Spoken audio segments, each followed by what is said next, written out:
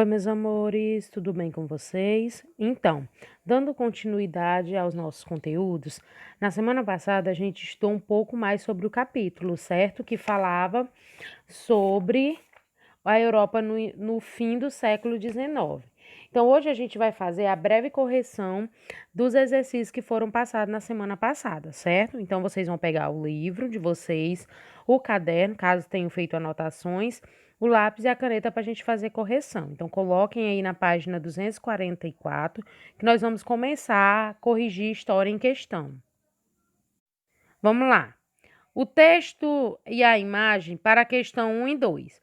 Observe esse cartaz comemorativo sobre a coluna de Pérez. A partir da análise desse cartaz e considerando outros conhecimentos sobre o assunto, descreva o contexto histórico que motivou a revolta que deu origem à Comuna de Paris em 1971. Aliás, em 1871. Então, a Comuna de Paris, ela foi uma insurreição operária iniciada quando o governo francês não conseguia conter os ataques da Alemanha. Cite duas medidas adotadas pelo governo constituído pela Comuna de Paris. As medidas foram a abolição do trabalho noturno, a redução da jornada de trabalho, a concessão da pensão a viúvas e órfãos, a substituição dos antigos ministérios por comissões eletivas e a separação entre igreja e Estado. Terceira questão. Após a derrota de Napoleão na França, ocorreu na Áustria o Congresso de Viena. Explica o que foi esse congresso. Esse congresso ele foi uma conferência entre os embaixadores das grandes potências europeias que aconteceu na capital austríaca, com a intenção de redefinir o mapa político do continente europeu após a derrota da França napoleônica. Quarta, durante o processo de unificação italiana, duas correntes participaram da luta. Quais correntes foram essas e quais as diferenças entre elas? As duas correntes foram uma que defendia um país republicano e democrata e a outra que defendia um regime monárquico unificado. Quinta questão. No contexto da unificação italiana, ocorreu o processo que ficou conhecido como questão romana, pois o Papa Pio IX e a Igreja Católica não aceitaram a unificação, no caso que o regime monárquico queria. Então, explique o motivo que levou o Papa Pio IX a se opor a esse movimento. Com a unificação, a Igreja perderia as terras no centro da península. Então, página 244, corrigida. 249, a gente tem a correção da história em questão.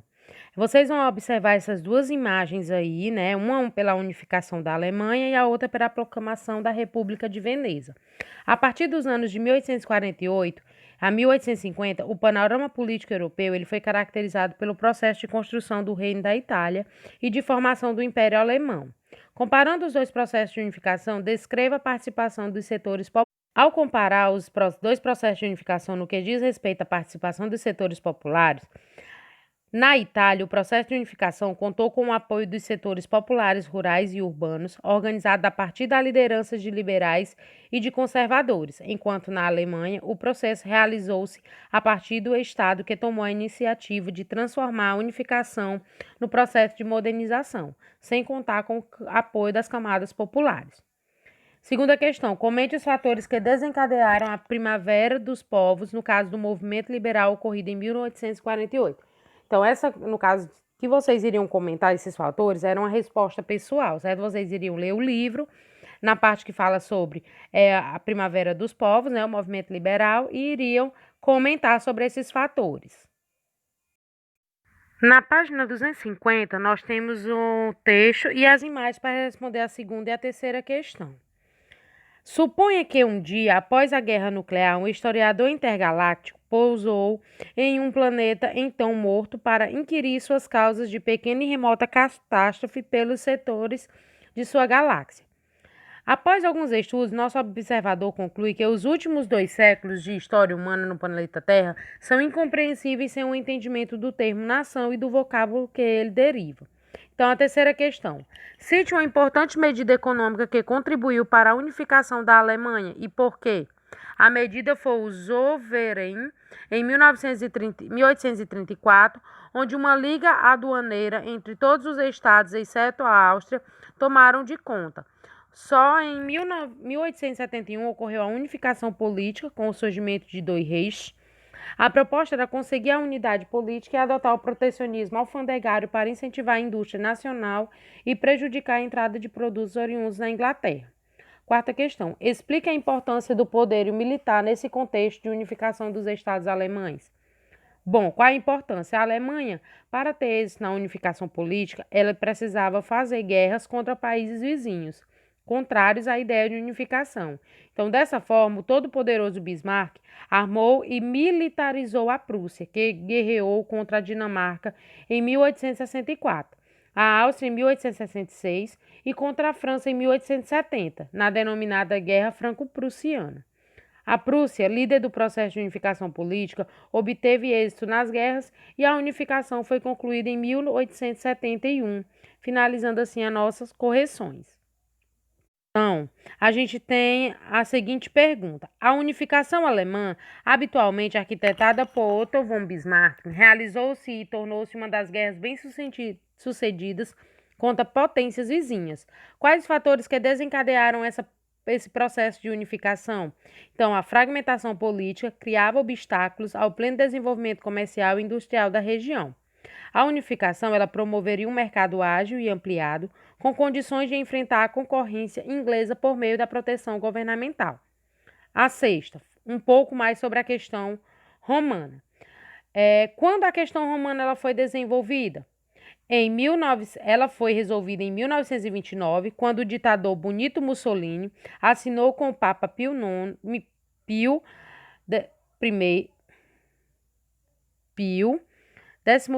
o Tratado de Latrão. Qual foi o acordo feito para o Papa reconhecer-se o Estado italiano? O acordo garantiu a criação de um território independente dentro da cidade de Roma, onde o Estado do Vaticano passava a pertencer à Igreja Católica. Então, essa era a correção da página 51. E aí a gente passa para a correção da história em vestibular. Bom, ele fala um pouco sobre as revoluções de 1848 na Europa. O que foram essas revoluções? Elas foram marcadas pelo caráter nacionalista e liberal, incluindo as propostas socialistas. Segunda questão, sobre a unificação italiana. Então, ele te dá 4 alternativas. A primeira, ele fala que após o Congresso de Viena, a Itália foi dividida e transformada numa simples expressão geográfica, motivando o ressurgimento. Isso é verdade. A segunda, ele fala que a liderança na luta pela unificação coube ao reino de Piemonte e Sardenha sob a orientação de Benito Mussolini. Falsa. Foi na década de 1870 que os italianos conquistaram Roma e completaram a unificação. Também é verdadeira. A conquista da unidade deu origem à questão romana, monarquia italiana versus Papa, que foi resolvida com o Tratado de Latrão, em 1929, quando foi criado o Estado do Vaticano. Então, qual dessas aí estão corretas? A primeira, a terceira e a quarta. Então, é a letra B. Terceira questão. No final da chamada Era Napoleônica, derrotado o imperador francês em 1815, tornou-se possível a recomposição das forças sociais e políticas ligadas ao antigo regime, uma boa parte do cotidiano europeu. Nada disso deteve, porém, a onda revolucionária e o surgimento de revoltas a partir de 1820 até 1848. Na Itália, coube uma sociedade secreta a elaboração de um programa político contra as tiranias, cujo grande meta era a unificação da nação italiana e o triunfo dos princípios liberais. Então, vocês vão assinalar a opção correta, que identifica corretamente os revolucionários anteriormente mencionados. Então, a gente estava falando de quem? Dos revolucionários jacobinos. Quarta questão. A unificação italiana no final do século XIX ameaçou a integridade territorial da igreja. Esse impasse resultou em quê? A gente acabou de ver na segunda questão, na assinatura do Tratado de Latrão em 1929, quando Mussolini criou o Estado do Vaticano. Quinta questão. Em relação às revoluções de 1848, é correto afirmar que... Então, na quinta questão, nós temos como correta a letra D, que produziram grandes surtos revolucionários de caráter e, ao mesmo tempo, liberal e nacional na Itália e na Alemanha. Sexta questão. As unificações alemã e italiana em 1860 e 1871 aconteceram, segundo os historiadores, a partir da chamada Via Prussiana. Isso significa que essa Via Prussiana elas foram realizadas de cima para baixo, ou seja, a partir de uma aliança entre a burguesia e a aristocracia. Então, é a letra A. Sétima questão. Assinale a opção que apresenta a afirmativa correta sobre o processo de unificação da Alemanha e da Itália, uma em 1871 e a outra em 1880. Então, o processo de unificação das duas, ele vem através de quê? A criação da União Alfandegária entre os estados alemães, onde desenvolveu a industrialização e a economia da Confederação Germânica, culminando na unificação política com a criação do Segundo Reich, que no caso era um império alemão. Oitava questão. A história política da Europa, durante o século XIX, foi marcada por uma sucessão de ondas revolucionárias. Então, nós vamos assinar lá quais essas ondas revolucionárias caracterizavam especificamente numa das opções a seguir. Era o movimento de 1848, que contaram com a participação das camadas populares e com a formação de influência das ideias socialistas. Letra D. Então, aí nós finalizamos o História em Vestibular.